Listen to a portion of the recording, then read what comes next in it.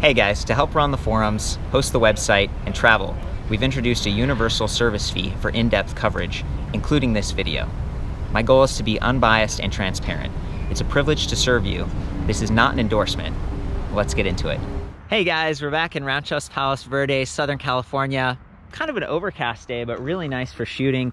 We've got just an amazing bike here, and a lot of people have been asking about this thing. This is like the top of the line BULLS E-STREAM EVO AM for 27.5 plus, and that's referencing the tires here. And it's interesting because they've got a Magic Mary and then the front and Knobby Nick in the back. So different tread patterns, one maybe a little bit more flared for steering and really gripping the trail, and the other one a little bit more consistent. I'm not a tire expert, but it's cool to see that they've got the different Addix compounds. So this one's the speed grip, and then up on this one, we've got I guess 50 FT. I mean, maybe it's a little bit softer.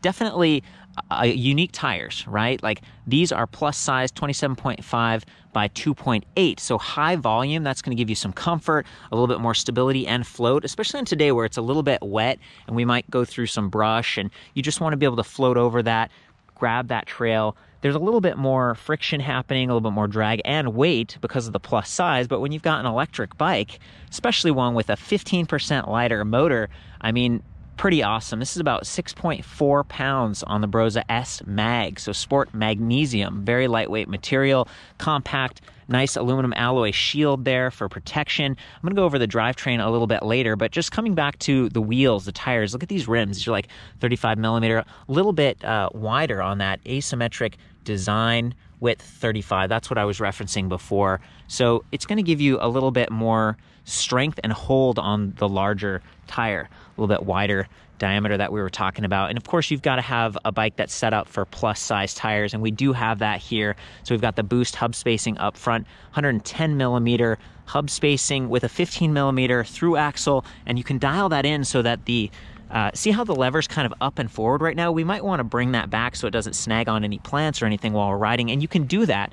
Fox does a really good job with their forks. This is the 36 Rhythm, and 36 is referencing 36 millimeter stanchion diameter. So it's a little bit wider and a little bit tougher, and that's going to reduce stiction and just give you extra support for a heavier wheel, heavier tire, plus size like we're talking about. So just burly, through axle, boost hub spacing up here, and this fork has a lot of adjustability. So we've got compression, it's an air fork, and then down here we've got rebound, of course. And then same thing in the back. We've got the triple clicker. It's kind of the climb, trail, descend setup. A little bit of information down there with rebound. Also an air suspension, 150 millimeters front and rear. And then the boost hub spacing in the rear, 148 millimeters with a 12 millimeter through axle. This one does not have quick release. It's got a 6 millimeter, just kind of a hex key pattern. And we're right into the brakes, 100 millimeter, 180 millimeter in the rear, but quad piston caliper. Okay, we're looking at Magura MT and MT5. MT5 is the front with a 203 millimeter rotor, extra large, and that gives you more stopping power because when you stop, a lot of your weight shifts forward on the bike, and you might get a little bit of like dive happening on that suspension, depending on how you've set it up, if you sagged it right and everything. But a lot of your weight goes into that brake. It could get hot, especially with a bike. This bike does weigh 55 pounds, so, you know, it's an e-bike. They tend to weigh more, and with a heavier battery pack, like 8.35 pounds or something on this, it's really well positioned, right? There's the motor, there's the battery pack. It's like built right into that down tube, and it does kind of come out from the bottom, but the weight's really nicely distributed, and I think the frame looks really good. This is one of the new generation electric bikes where you can kind of hardly tell it's an e-bike. It's not like there's a battery pack just like clicked on top of it or on some sort of a rack. Instead, you've got this nice monkey link. It doesn't come with this bottle. This bottle's like 46 bucks, kind of expensive, but you can take off that magnetic interface and just use your own bottle cage. Keep in mind with the slope top tube like that, there's not a whole lot of space. So even getting this on, I kind of have to squish it down, and you know, there's a little bit of contact happening right there. Monkey link all over the bike. So that's what we've got back here as well. This is a rear light, kind of magnetically attached, easy to take off. You know, it's an interesting system because by having that there, you know, the seat dropper, if you had this post, 30.9 millimeters, by the way, if that was all the way down, the top of the light could come in contact with the saddle. So question mark on that, keep that in mind. I have it raised because actually this is almost not enough leg extension for me. I'm on the 44 centimeter frame. They have like 44, 49, and 54. So this is kind of like the smaller. I think in Europe they have a 41 as well. But just coming back to like how it's set up, I want to have like longer leg extension, and there's only 100 millimeters of travel on this KindShock SI versus if you're on the two larger frames, you get 150. So I would have liked that. Something you could swap out, I suppose, later. I might be upgrading on the frame size in general. Maybe I should have been on the 49, but this is the demo bike that they had. Coming back to MonkeyLink, we've got a headlight that's MonkeyLink as well. So both of these are wired in, so they're going to run off that high capacity battery pack, but you can't really adjust this. It's sort of set at the stem angle. This is a 0 degree, relatively short stem, and the light does a decent job, but it's not like you can really aim it down if you're in like brush and stuff and really need it tight, or aim it out if you're out and about, more of a B scene kind of a setup. It's just set based on the hardware of your bike, and there is a little bit more of a steeper like head tube angle on this bike. You can see that because this is like an all mountain bike, so it angles out a little bit more to take that trail if you're descending. Not the end of the world, just something to think about. You can't really adjust that, and I just wanted to highlight that. As a mountain bike, you know, how often do you actually have the lights on that? You might be trying to save weight, but it's a neat option. I think it looks pretty cool. It's all set up, and coming back to this bike just looking like kind of a regular acoustic bike versus electric. Appreciate that. And then look, they've got this little kind of a stanchion protector here, alloy built right into the frame. I love the colors, matte black, a little bit of gloss black and silver accents happening here all across the bike. Nice velo slap guard. And then of course, with the derailleur back here, we've got that Shadow Plus one-way clutch. So you can put that in the on position. There's a little on marking, and that's going to tighten it so you're not getting as much chain bounce and maybe like chain slip, that kind of thing, if you're really taking this off-road and just going for it. 11 to 46 tooth. This is an 11-speed drivetrain, plenty of range, and I like the one-by setup. You know, some electric bikes, some of the Yamaha bikes are going for like 2 chain rings, or sometimes it maybe even 3. I like the one-by because it just tucks everything in a little bit tighter. The Q factor on the Brose drive systems, it tends to be a little bit narrower versus Bosch is like slightly wider. And again, Bosch is like 8.8 pounds on their current generation performance line motors. So this S Mag, this is like top of the line. It's lightweight, it's compact, it's relatively short chain stay, a smaller Q factor. So they're really dialed in. And then inside of that, it's got a Gates carbon belt drive. So really smooth transition. It's not just gears on gears. There's like a dampening effect, and it feels smooth. It's very satisfying to ride. And then that really low gear is going to make it easy to climb. So if for some reason you did run out of battery, you're out there on the trail and you had to pedal back, you'd have a lot easier time with that 46 tooth chainring in the back, or not chainring, that's a sprocket on there. So coming back to the specs on the battery pack, 37 volts, 20 amp hours. So it's like 750 watt hours. That's really high capacity. You're going to get great range.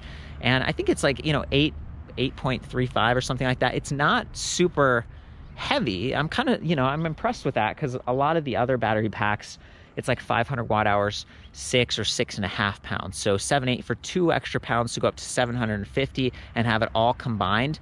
You know, Bulls does have this new bike with like the Shimano drive system where it's got like 2 battery packs and stuff, but then the weight of your bike might be a little bit to one side or the other, and you have to pay $50 extra to have this plastic shield. I'm a big fan of the Brose drive system, but I have heard with the battery, especially if you unlock it and you're trying to like remove that, here's the keyed cylinder over here. Unfortunately, we can't take this one off. It's kind of like a final production build, but you don't have the keys or the cylinder, something's off with that. When you unlock it, you just want to be really careful, because it's like 8 and almost a half pounds. If that comes out and you drop it, any battery can be kind of delicate in that sort of situation, and you don't want it. That's an expensive part. You really want to take good care of that.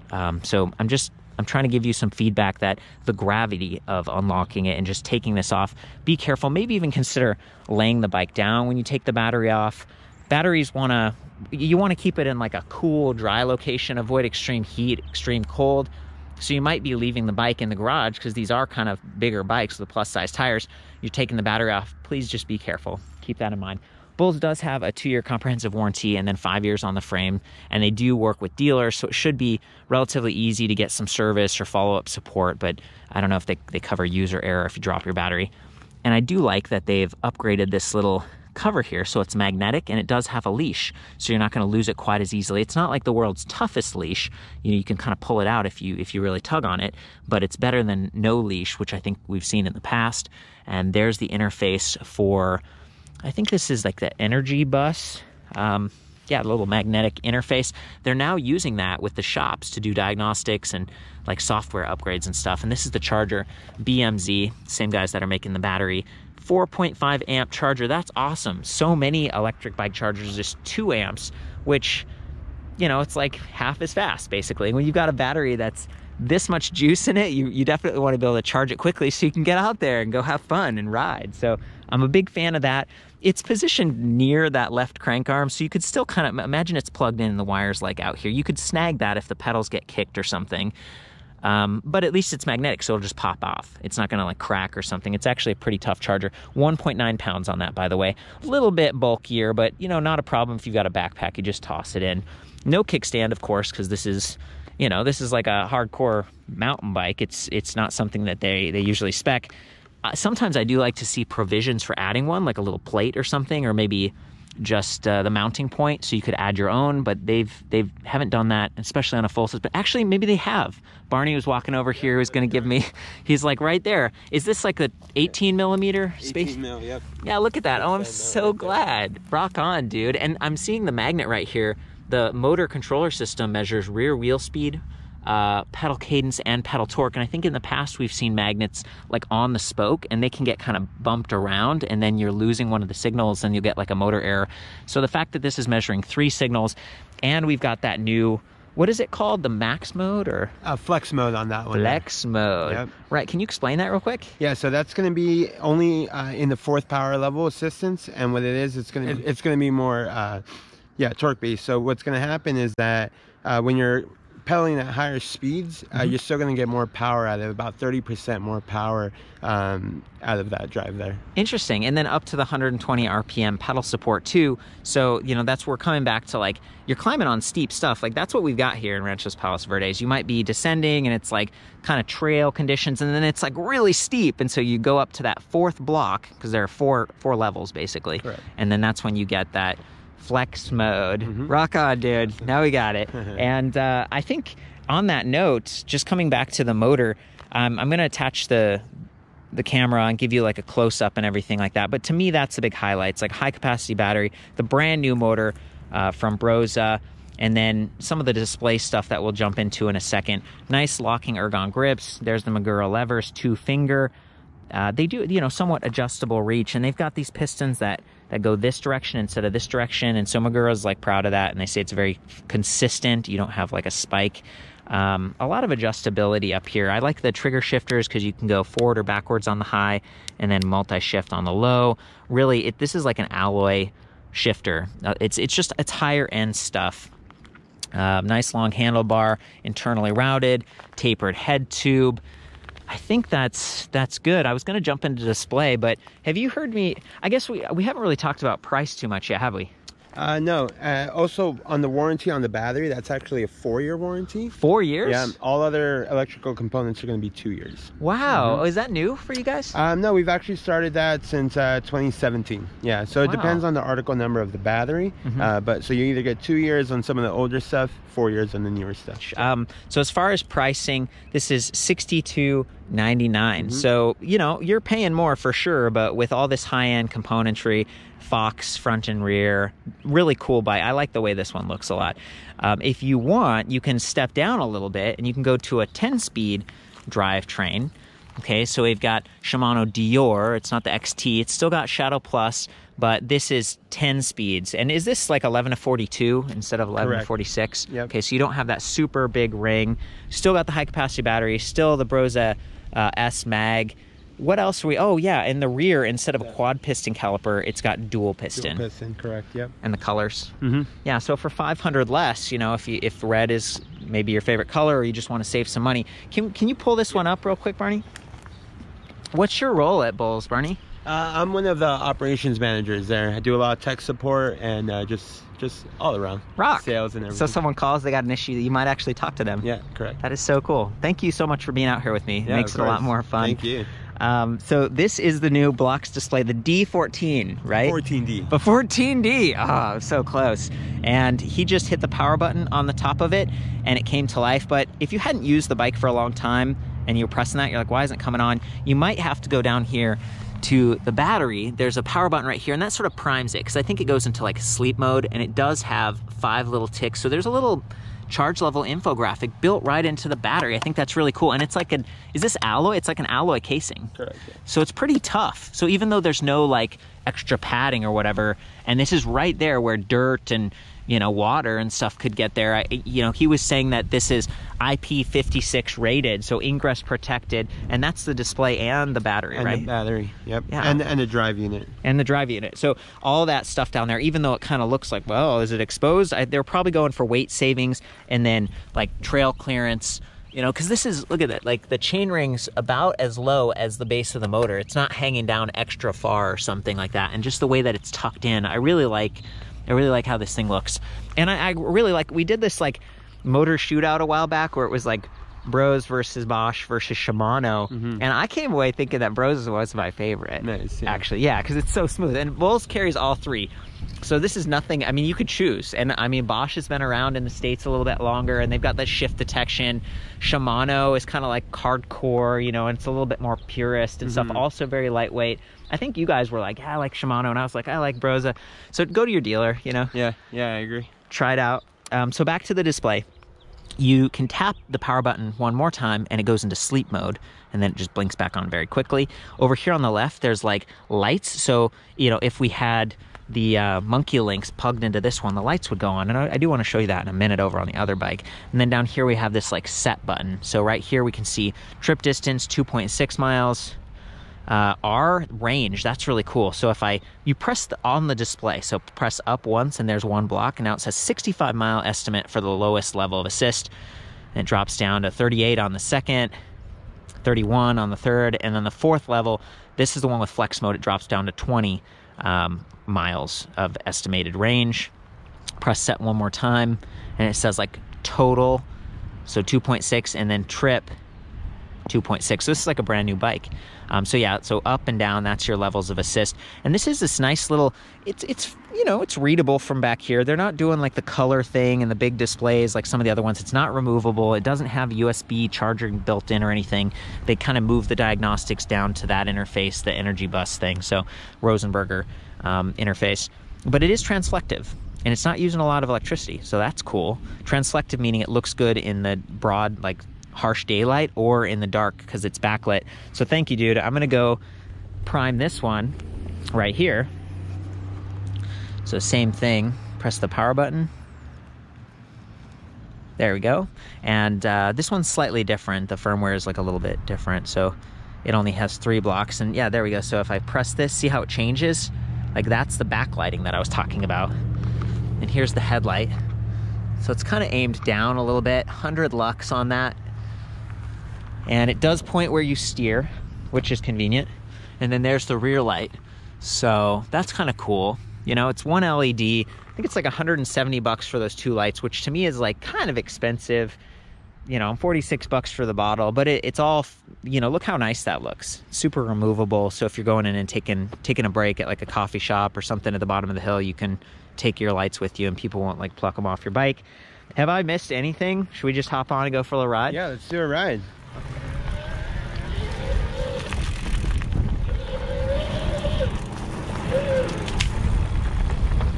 Oh yeah, I got the one-handed braking going on here. No problem with the 203 millimeter hydraulic disc brakes. Feeling very comfortable.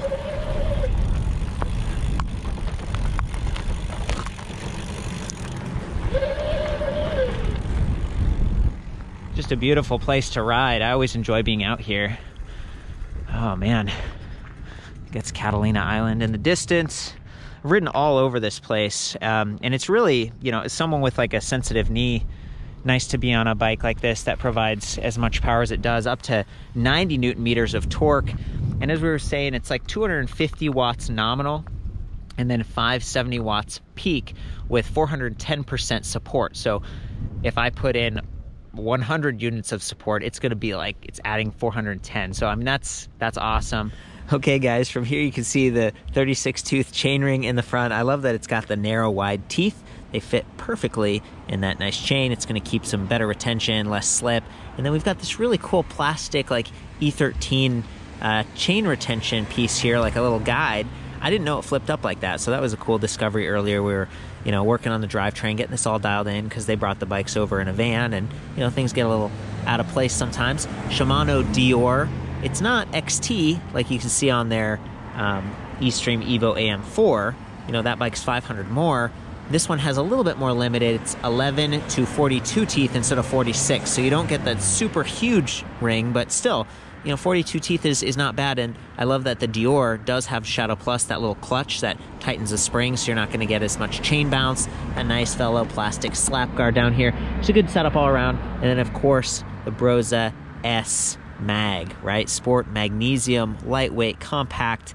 I just wanted to position you here so you can see me pedaling at high RPM. You'll notice that the motor starts and stops very smoothly, and then especially in that fourth level of assist, it's got that flex mode, so it's a little bit more torque responsive. I feel that the Brose drive systems have always been very responsive to how hard you're pushing, but that one's designed to be even sportier for mountain biking applications like this. So I'm going to pedal along up to 120 RPM support on that. So if you are downshifting into preparing for an ascent up a hill, you know, you're going to be able to get support. The motor's not going to like drop out on you because it can't keep up. It can. It does a really good job. It's smooth. It's pretty quiet. So enough said. I'm going to hop on. I'll be in the highest level of assist. That's the fourth block. And here we go. Whoa, boy.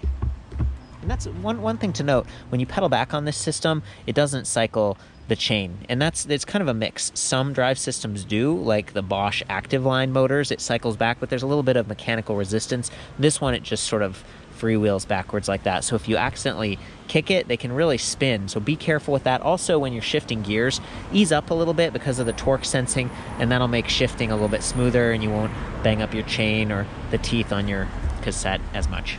Here we go.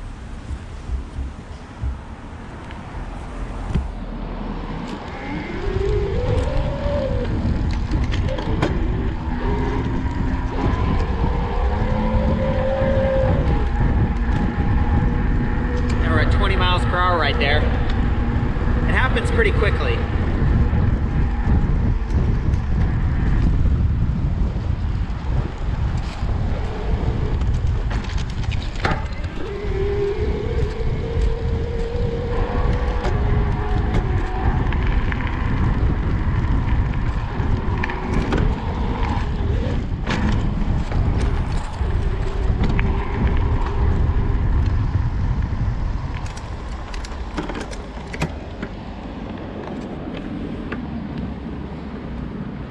Really powerful, smooth stops.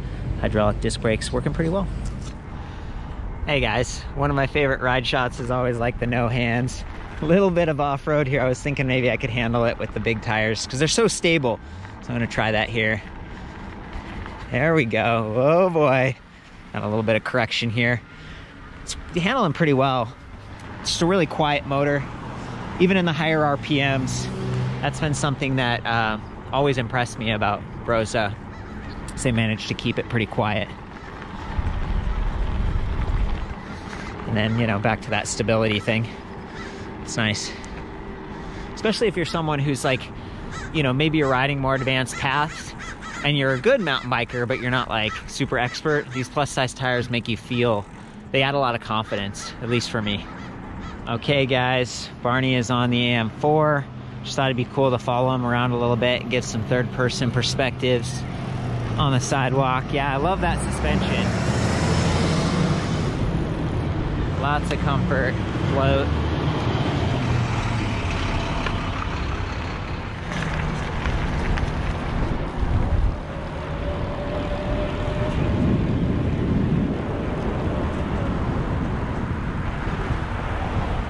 We got back to the house. They had a couple props, and I wanted to show you guys this. So this is what the S Mag motor looks like. You can see that's like ISIS spline there. So compared to square tapered, you get just a more reliable, robust interface for the crank arms. Just super compact. This thing is is pretty intense. And then this is what the battery would look like if we could have taken it off. There's the LED power level indicator we talked about. A single Rosenberger magnetic interface for charging. So this is if you're carrying it off the bike, and then, you know, the sticker just giving you feedback for that full 740 watt hours, and even a little handle on top for carrying this around so you won't drop it as easily, which is really nice considering that it's that 8 pounds. So very cool.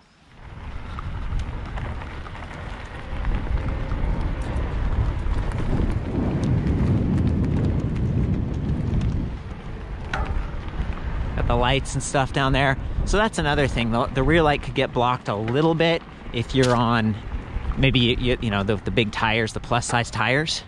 Also, if he was wearing like a long jacket, it could hang down and sort of block that. But there's no provisions for adding a rack on these bikes. Want to circle around real quick? There we go. Technical challenge. He's in a high gear. Look at that suspension. Dude, so cool. So cool. Thank you so much, man. No, thank you. Okay, guys, and I wanted to, we've been riding around a little bit. I wanted to comment on the saddle. It's pretty narrow, and this is the kind of saddle I'd probably be wearing like padded shorts with or something. It's a little bit more like convex. You know, it's nice to be able to try these bikes back to back and get an idea, but I wanted to just call that out. This is a sporty saddle because this is like a real, you know, it's a pretty rugged bike. And the headlight. So Barney was listening to me pretty patiently as I was like blasting on this, being like, oh, you can't really aim it. Like it's a set position. And can you take it off real quick for us? So there's a little button on the back. And then he was showing me that the mounting point right there, the magnetic part with these two leads, that actually can be swiveled. So you'd loosen that screw, swivel the top like forward or backwards to kind of aim the light up or down, and then you tighten that again and it sets it in that position. And so, you know, you can't aim it while you're riding, but you can aim it, you can set it up for your bike. Exactly. I think that's so cool. And a lot of people do carry spare tools so you can get in there to that hex bolt, and I appreciate that. Yeah, thanks again for calling that out, man. Yeah, and if you have multiple bikes with different head angle positions, then you can just adjust it to your bicycle. It's so cool. I love how it just comes right on once you put it on the bike. Rock on, dude. Awesome. You know, I've had a lot of fun out here with you guys, just cruising around and then getting some of those frame shots just to show what this sounds like and what it looks like on concrete where it's a little bit quieter. It's a perfect bike for this sort of terrain, the all mountain experience. So you can be climbing, you can be descending. I love full suspension stuff myself just because of my back, my neck sensitivity, and then having that motor support, of course, that helps with my knees and stuff. For the full written review on this bike, including all the measurements like width, length, some of the weight stuff, because I did weigh things as closely as I could, I'll see you back at ElectricBikeReview.com. Please chime in if I mix something up or if you can elaborate on this. I really appreciate that. I'm here to help you guys. I love you. Have fun out there. Ride safe.